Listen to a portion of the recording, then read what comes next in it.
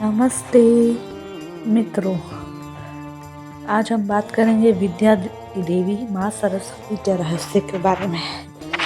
सृष्टि की सुंदरता केवल रंगों में नहीं बल्कि उस ज्ञान और वाणी में है जो हमें इंसान बनाती है।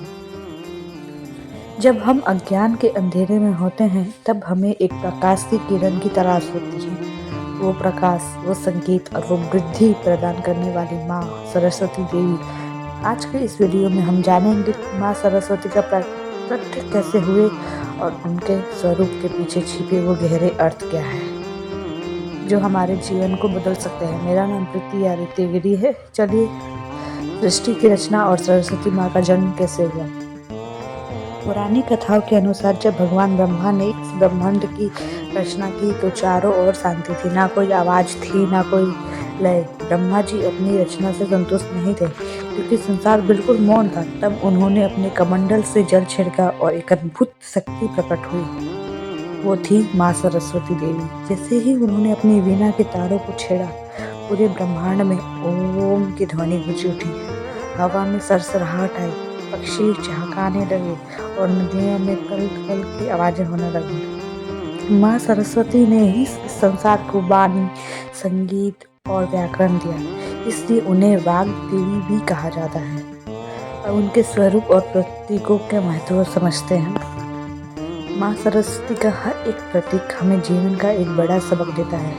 श्रेष्ठ वस्त्र यानी व्हाइट क्लॉथ, ये मन की पवित्रता और शांति का प्रतीक है। ज्ञान पाने के लिए मन का साफ होना जरूरी है। वीणा, ये जीवन के संगीत और सामंजस्य हारमोनी को दर्शाता है। हमारे विचार सुरों की तरह सुरीली होनी चाहिए। पुस्तक और माला, बुक, एक हाथ में पुस्तक शास्त्र ज्ञान है तो दूसरे हाथ में माला ईश्वर का ध्यान है। ज्ञान और अध्यात्म का ये संगम ही पूर्णता है।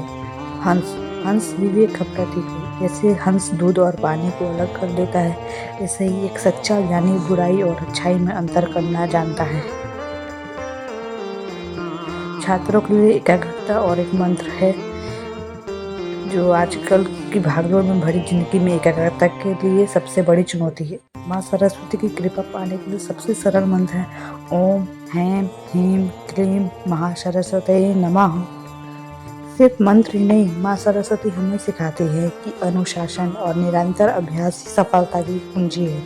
यदि हम कला, संगीत या पढ़ाई में डूबकर कार्य करें तो माँ का आशीर्वाद स्वयं ही प्राप्त होता है। माँ सरस्वती केवल एक मूर्ति नहीं बल्कि हर उस विचार में है जो सकारात्मक पॉजिटिव है और उस धुन में है जो हमें शांति देती है। इस वसंत या किसी भी शुभ कार्य से पहले आइए हम माँ से प्रार्थना करें कि वो हमारे ज्ञान के अंधकार को दूर करे, हमें सत्य की राह पर ले चले। आशा है आपको माँ सरस्वती की ये कथा और उनके स्वरूप का अर्थ पसंद आया होगा। कृपया कर मेरे चैनल को लाइक और सब्सक्राइब जरूर करें। Thank you.